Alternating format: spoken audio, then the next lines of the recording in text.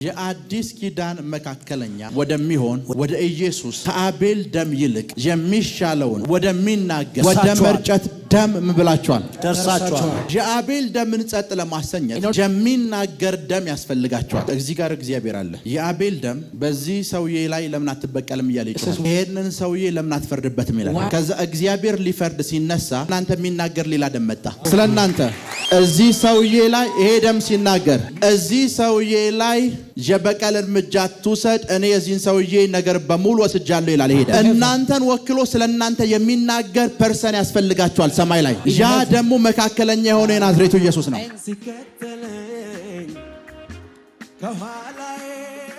ዕብራውያን ምዕራፍ 12 Hebrew chapter 12 ምዕራፍ 12 The book of Hebrew chapter 12 ቁጥር 24 verse 24 የአዲስ ኪዳን መካከለኛ የአዲስ ኪዳን መካከለኛ ወደሚሆን ወደ ኢየሱስ ከአቤል ደም ይልቅ የሚሻለውን ወደሚናገር ወደ መርጨት ደም ምብላችኋል ደርሳችኋል። ከምን ይልቅ? ከአቤል ደም ይልቅ ምን ሚል? የተሻለውን የሚናገር ወደሚናገር ደም ምብላችኋል። አሁን የሚጮሁ ደቦች ባቤል ደም ነው የሚመስሉት። So whenever the blood that cries are symbolized by the blood of Abel. የአቤል ደምን ጸጥ ለማሰኘት In order to make quiet the blood of Abel, የሚናገር ደም ያስፈልጋችኋል። I need the blood that speak on behalf of ምን you. ብሎ የሚናገር ደም? What kind of voice that cried? የአቤል ደም ነው ብላችሁ አስቡ። Imagine he is Abel's blood. እሱ ደግሞ የተሻለውን የሚናገር የኢየሱስ ደም ነው ብላችሁ አስቡ። Imagine that he is a blood of Jesus Christ. እና ጥቅሱን ሲጀምር እንደዚህ ነው የሚለው። And when he start the verse he says, የአዲስ ኪዳን ምን? he is a mediator of the new covenant. መካከለኛ እና የአዲስ ኪዳን ምን? ይሄ ሰው ያለ This person hit there, የአቤል ደም አለ፣ the blood of Abel የኢየሱስ ደም አለ። and the blood of Jesus. አሁን የአቤል ደም The blood of Abel, እዚህ ጋር እግዚአብሔር አለ። God is in the midst of them. የአቤል ደም The blood of Abel, በዚህ ሰውዬ ላይ ለምን አትበቀልም እያለ it says, ይችላል። why don't you avenge at the same time judge? ይሄንን ሰውዬ ለምን አትፈርድበትም ይላል። Why are not judge him? ከዛ እግዚአብሔር ሊፈርድ ሲነሳ When God to judge upon ስለናንተ የሚናገር ሌላ ደም መጣ there is a blood that spoke on behalf of ስለናንተ you, on behalf of you. እዚህ ሰውዬ ላይ ይሄ ደም ሲናገር When this blood is speaking, እዚህ ሰውዬ ላይ የበቀል እርምጃ ትውሰድ፣ እኔ የዚህን ሰውዬ ነገር በሙሉ ወስጃለሁ ይላል። ይሄ ደም this blood will speak, I take every vengeance on behalf of you. እናንተ ምድር ላይ ነው ያላችሁት። You are on earth. እነዚህ ደሞች የጮሁ ያሉት ሰማይ ላይ ነው። And this blood are cried unto heaven. እናንተን ወክሎ ስለናንተ የሚናገር ፐርሰን ያስፈልጋችኋል ሰማይ ላይ። And you need a mediator in ያ heaven. ደግሞ መካከለኛ የሆነ የናዝሬቱ ኢየሱስ ነው። And that is our mediator, Jesus of Nazareth. ይሄ ደም ተበቀል ሲል He says, when this is blood said, ይሄ vengeance, መጣና የናዝሬቱ ኢየሱስ መካከለኛ ስለሆነ የራሱን ደም ይዞ መጥቶ and he make them when the blood of Jesus እዚህ ሰውዬ ላይ መፍረድ የለብም፣ የዚህን ሰውዬ ፍርድ እኔ ወስጃለሁ ይላል። he says, I bring his judgment, he is free, he is free and free. ይሄንን ሰውዬ መበቀል የለብም፣ የዚህን ሰውዬ በቀል እኔ ወስጃለሁ ይላል። It is me that I take his blood.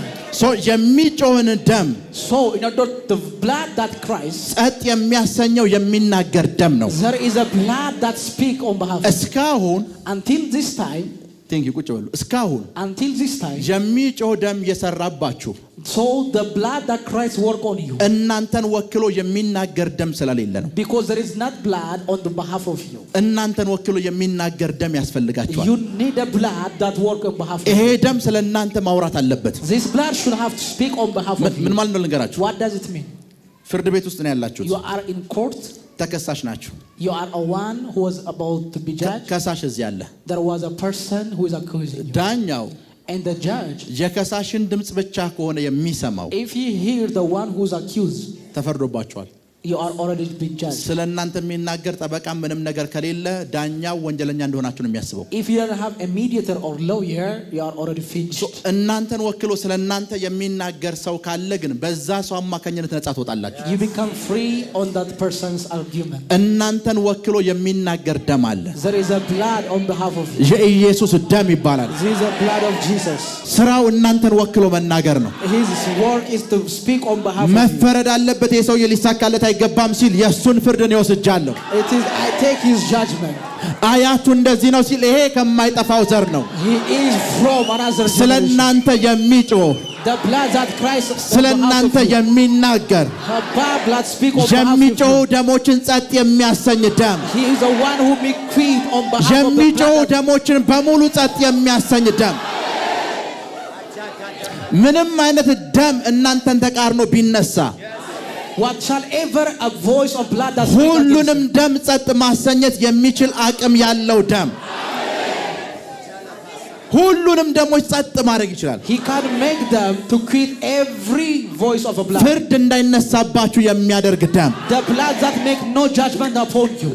ዳኛው ሊፈርድ ሲል So when judge is about to give his የአዲስ judgment, ኪዳን መካከለኛ የሆነው የናዝሬቱ the ኢየሱስ mediator of our new covenant, Jesus of Nazareth, በፊት ያለን ጠበቃ the one who is our እናንተን intercessor, ወክሎ ደሙ መናገር ይጀምራል። he will speak on behalf of you, እናንተን ወክሎ or he will speak on behalf of you. መጽሐፍ ቅዱስ Do እንደሚላቀላችሁ you know what the Bible says? ዮሐንስ እንደዚህ አለ፣ And John says, ልጆቹ ኃጢአት አትስሩ አለ።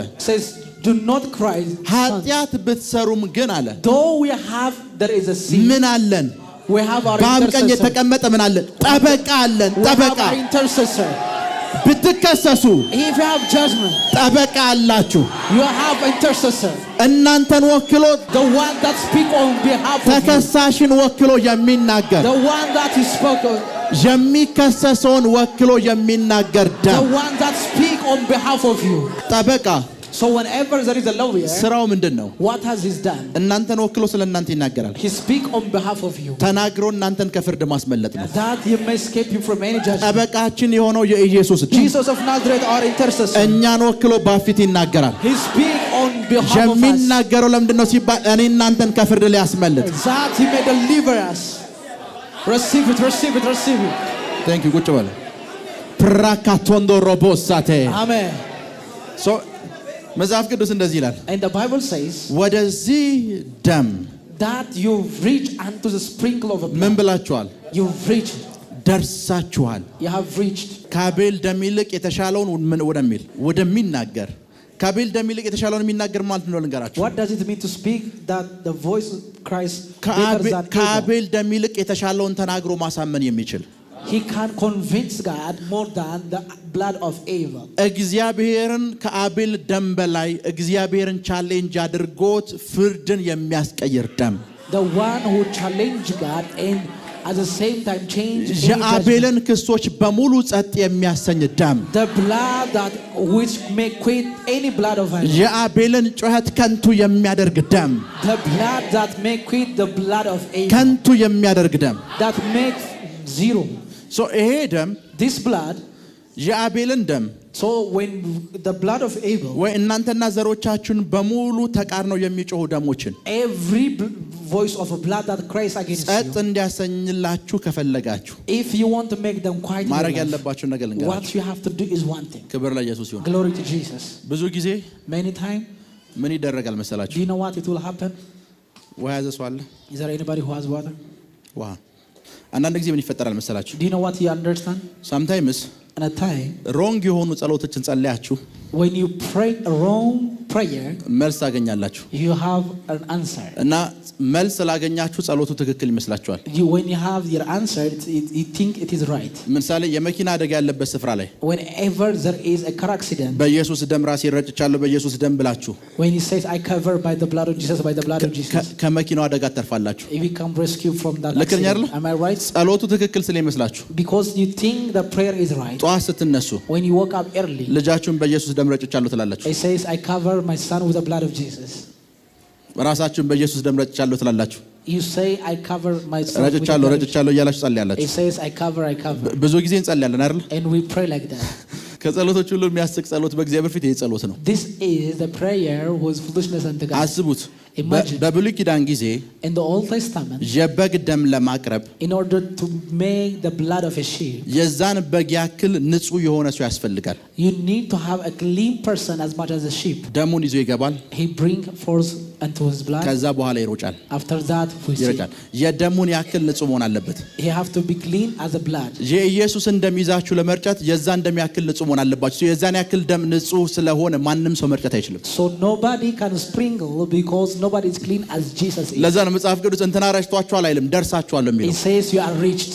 ወደ መርጨት ደም እንብላችኋል፣ ደርሳችኋል።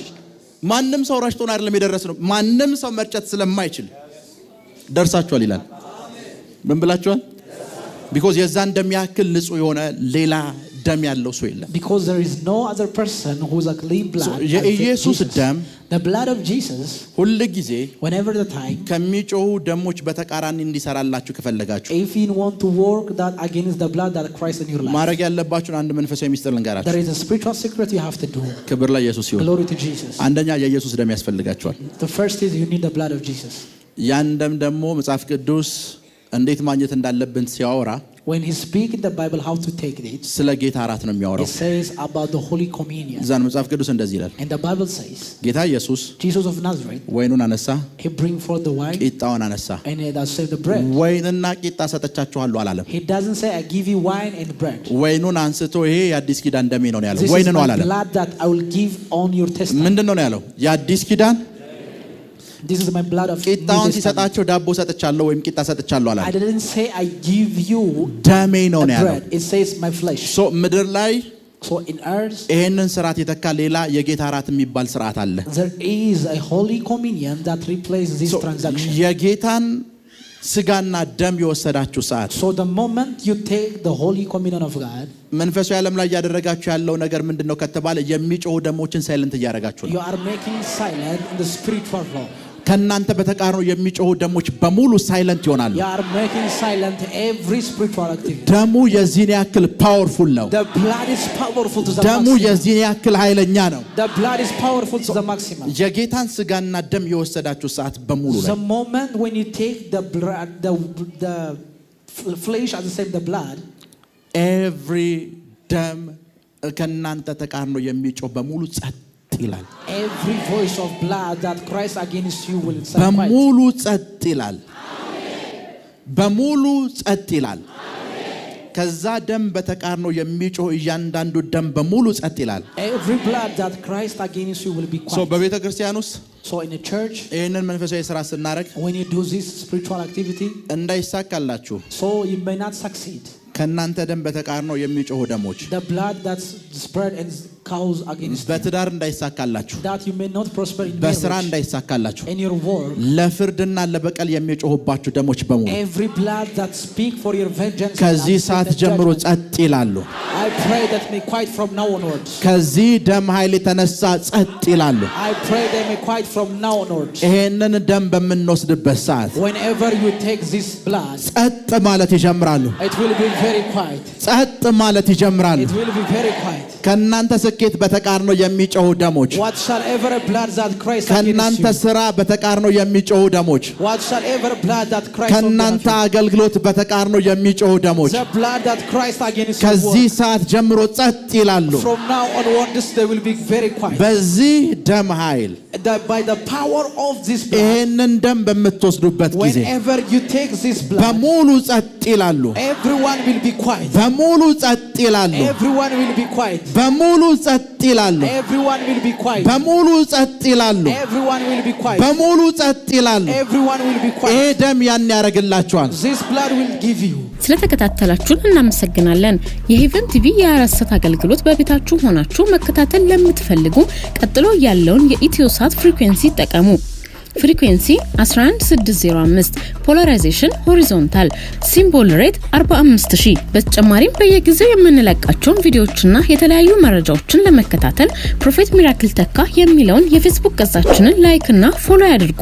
እንዲሁም ፕሮፌት ሚራክል ተካ የሚለውን የዩቲዩብ ቻናላችንን ሰብስክራይብ ያድርጉ። የምንለቃቸውን አዳዲስ መንፈሳዊ ቪዲዮዎች በሰዓቱ ቀድሞ እንዲደርሱት ደግሞ የደውል ምልክቱን ይጫኑ። የምትመለከቱት ሄቨን ቲቪ ነው። አብራችሁን ቆዩ።